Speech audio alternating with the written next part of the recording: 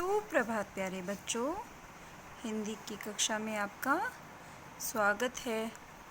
प्यारे बच्चों, आज हम सीखेंगे नए शब्द बनाना और साथ ही हम प्रश्न बनाना भी सीखेंगे। अभी तक हम प्रश्नों के उत्तर लिखते आए हैं, पर आज हम प्रश्न बनाना भी सीखेंगे। तो तैयार हैं आप अपनी हिंदी की कक्षा के लिए?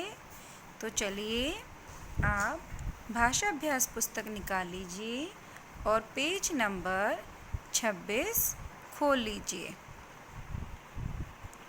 तो शुरू करते हैं प्यारे बच्चों। हम सीखेंगे आज नए शब्द बनाएंगे, नए शब्द बनाना सीखेंगे। चलिए देखते हैं। पहला हमारा शब्द है खेल। खेल में अगर हम ता लगाते हैं तो शब्द नया क्या बन जाता है? खेलता।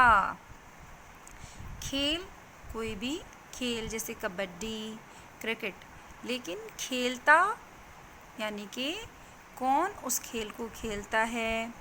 बच्चा उस खेल को खेलता है, तो दोनों का अर्थ अलग हो जाता है। लेकिन खेल से ही हमने खेलता शब्द बनाया है, उसमें ता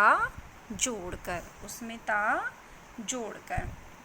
चलिए अगला शब्द देखते हैं प्यारे बच्चों। करता। करता, काम कर, काम को कौन करता है? तो कर से हमने नया शब्द बनाया करता। अगला शब्द है चुभ। कांटा चुभ गया, कांटा चुभता है। चुभ से हमने क्या बनाया? चुभता, नया शब्द बना चुभता। अगला शब्द है प्रसन्नता। प्रसन्नता, प्रश्न जो है नया शब्द है प्यारे बच्चों। यह प्रश्न नहीं है, यह प्रसन्न है। प्रसन्न मतलब खुश होना। प्रसन्नता, खुशी। अगला शब्द सफलता। सफल से क्या बना? सफलता। अगला शब्द एक, और उसमें ता जोड़कर क्या बन गया? एकता। एक मतलब एक चीज़, लेकिन एकता का मतलब क्या होता है? जब हम सब इकट्ठे होकर किसी चीज़ के लिए बोलते हैं, उसको क्या बोलते हैं? एकता। जब सब मिलकर अपने विचार प्रस्तुत करते हैं, एकता। तो प्यारे बच्चों, नए शब्द बनाना कितना आसान है। तो ठीक आप इसी प्रकार अपनी भाषा अभ्यास पुस्तक पेज नंबर 26 पर कार्यपत्र 3 करेंगे। चलिए अब हम सीखेंगे प्रश्न बनाइए। प्रश्न बनाइए। चलिए, कहाँ शब्द लगाकर प्रश्न बनाइए। अब हम क्या करेंगे? कहाँ, हमने कहाँ लगाना है। कहाँ का प्रयोग करते हुए हमें प्रश्न बनाने हैं। जैसे कि लड़का कहाँ जाता है, तुम कहाँ जा रहे हो। तो इस प्रकार से हम प्रश्न बनाएंगे।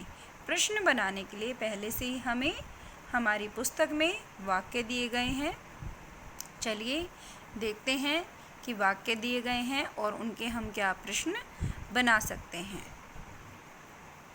पहला वाक्य है क, मछली जल में रहती है। तो अगर हमें कहाँ लगाकर प्रश्न बनाना है तो हम क्या पूछ सकते हैं? मछली कहाँ रहती है? मछली कहाँ रहती है। प्रश्न क्या बना?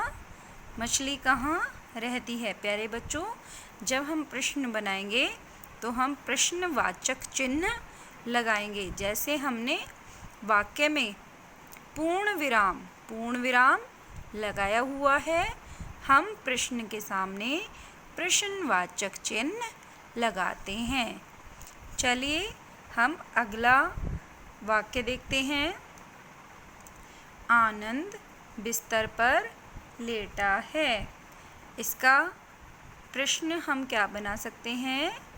आनंद कहाँ लेटा है? समझ पा रहे हैं प्यारे बच्चों? बहुत अच्छे।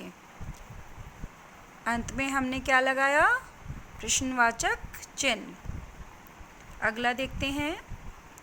आनंद रामनगर में रहता है। तो इसका प्रश्न क्या बनेगा? आनंद कहाँ रहता है? तो देखा प्यारे बच्चों, कितना आसान है किसी भी वाक्य के लिए उसका प्रश्न बनाना। तो जल्दी से आप भी अपनी पुस्तक में ये कार्यपत्र कर डालिए और मैम को जल्दी से अपना कार्य भेज दीजिए। धन्यवाद।